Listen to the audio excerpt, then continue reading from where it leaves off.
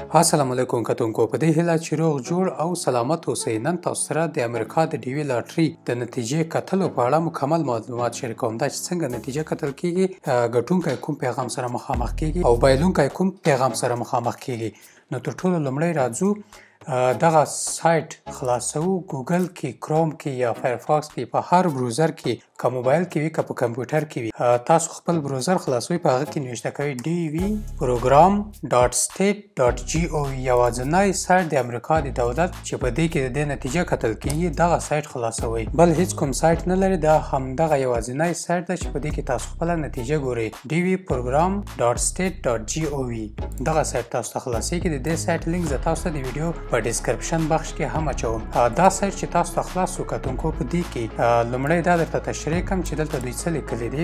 دلته دوی لیکلي دي چې هغه کسانو چې ډیوي پروګرام 2023 لپاره نوملیکنې کړې وه، یعنې په تیر کال د اکتوبر 6 نه تر نومبر 9 پورې کومو کسانو په 2021 کال کې چې نوملیکنه کړې وه، هغه کسان کولی شي اوس خپله نتیجه وګوري. هغه نتیجه اووم د مۍ اعلان شوې ده. تر سپتمبر 2023 پورې کولی شي خپله نتیجه وګوري. کتونکو یعنې تاسو کولی شئ چې خپله نتیجه د سپتمبر 10 2023 پورې وګورئ. یعنې دا وخت لري، که نن نشئ کتلی، سبا وګورئ، بل سبا وګورئ، یعنې ډېر وخت لري. او هغه کسان چې تېر کال که تاسو ورته نوملیکنه کړې وي، تر اوسه مو خپله نتیجه نه وي کتلي، کولی شئ چې اوس یې وګورئ. تر سپتمبر پورې وخت لري. نو تر ټولو لومړی راځو دلته چې څنګه کتل کیږي.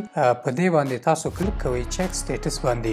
نو دلته هم همغه موضوع لیکلې چې مخکې ما تاسو ته تشریح کړه. بیا راځو کانټینیو باندې کلیک کوو. په کانټینیو مې چې کلیک وکړو، تاسو دې صفحې سره مخامخ کیږئ. کتونکو د خپلې نتیجې کتلو لپاره که چېرته تاسو 2021 کال کې نوملیکنه کړې وي، تاسو خپله نتیجه دلته کتلی شئ. په بازار کې خلک پیسې اخلي او امکان لري چې صحیح نتیجه تاسو ته در نه کړي. نو تاسو په خپل لاس خپله نتیجه په همدې ځای کې وګورئ. څه او څه کار کوي کتونکو، یو کنفرمیشن نمبر ده او یو ستاسو تخلص ده او بل هغه ستاسو د زیږیدنې نیټه. په کومو معلوماتو چې تاسو نوملیکنه کړي، هغه مکمل معلومات تاسو دلته ورکوئ. او دغه نه وروسته دلته یو کوډ ده، سکیورټي امنیتي کوډ ده چې همیش بدلیږي. دا نوشته کوئ تاسو دلته. نو دغه ټول کوډونه تاسو له کوم ځای کوئ؟ کله چې تاسو ورته نوملیکنه وکړه، په همغه وخت کې تاسو ته یو کنفرمیشن درکوي، لاس نیم درکوي او دغه نه وروسته د زیږیدنې نیټه او ډیجیټل سیګنیچر. دغه شیان ډېر زیات مهم. په همغه کولی شئ تاسو نتیجه وګورئ.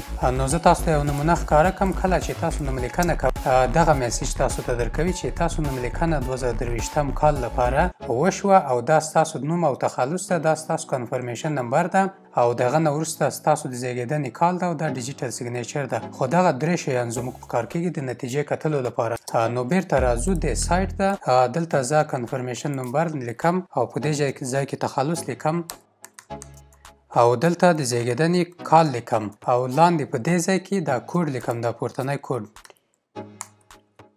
نو دا ټول مې چې ولیکل کتونکو، که چېرته دقیق نه و یعنې سم نه و، د مثال په توګه زه دا لیک خرابوم د دې لپاره چې که سم نه و بیا کوم میسج سره مخامخ کیږي. یعنې طاهر په ځای زه طاهي لیکم، یو آر مې ترې ایسته کړو. نو بیا سبمیټ باندې کلیک کوم. په سبمیټ مې چې کلیک وکړو، دلته موږ ته وایي چې تاسو معلومات سم نه دي، حتما تاسو کوم اشتباه پکې کړې ده. نو که چېرته ستاسو معلومات سم نه وي، دې پیغام سره مخامخ کیږئ. که چېرته معلومات سم وي، د مثال په توګه زه اوس دا بیرته سم کوم، طاهر مکمل لیکم او کوډ سره بیا لیکم A9NJ.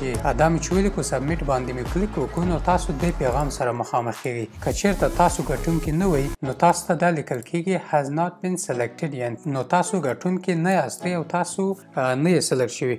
که چېرته تاسو ګټونکي وئ، په هغه وخت کې بیا تاسو ته یو بله ورقه راځي، دلته خلاصیږي چې دلته د امریکا دولت لوګو پکې لګېدلی وي، دلته یو بل لینک پکې راغلی وي او لاندې تاسو ته کیس نمبر درکوي او تاسو ته لیکل شوي you have been randomly selected for future DV program process. یعنې دغسې یو څه درته لیکل شوي وي، کیس نمبر درکوي. کیس نمبر نه وروسته بیا تاسو کولی شئ پر مخ ولاړ شئ، DS 260 فورمه ډکه کوئ، اسنادونه لیږئ، انټرویو کېږي. د هغه په اړه زه تاسو ته یو مکمل تفصیلي ویډیو جوړوم. کتونکو نو زموږ چینل مو که تر اوسه نه وي سبسکرایب کړی د شاټک په نوم چینل سبسکرایب کړئ تر څو د همداسې نورو ویډیوګانې چې موږ خپروو د هغوی خبرتیا ترلاسه کړئ.